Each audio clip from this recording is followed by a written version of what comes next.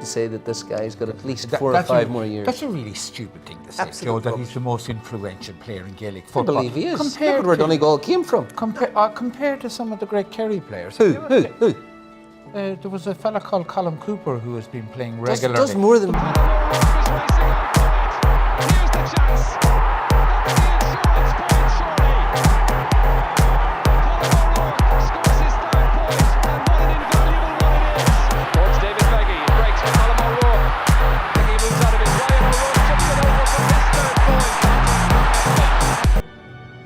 Hi everyone, I'd just like to say how much I like the calendar for this year, the calendar for Euro 2022, which is of course going to provide funds for the Peter McVerry Homeless Trust. This is a gorgeous calendar with all types of landscapes and bays and headlands from around the country, and I think my favourite is the one with the boats at rest in Hoth in County Dublin, and lovely part of the country, but there are scenes from other areas as well.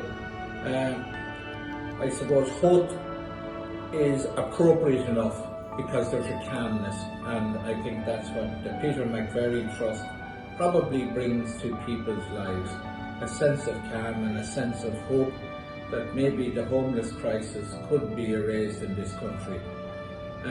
Peter McVerry is an extraordinary man. He's given his life to this, and he seems to be only happy when he's working for those who are less fortunate than ourselves in society. So I would like everyone to support the calendar. It's a lovely memento for Christmas. There's no scenes from Meath in it, or Leitrim, two of my favourite counties. Obviously, the flatlands of Meath maybe is not particularly scenic, but we have the Hill of Tara and Newgrange and some historic sites.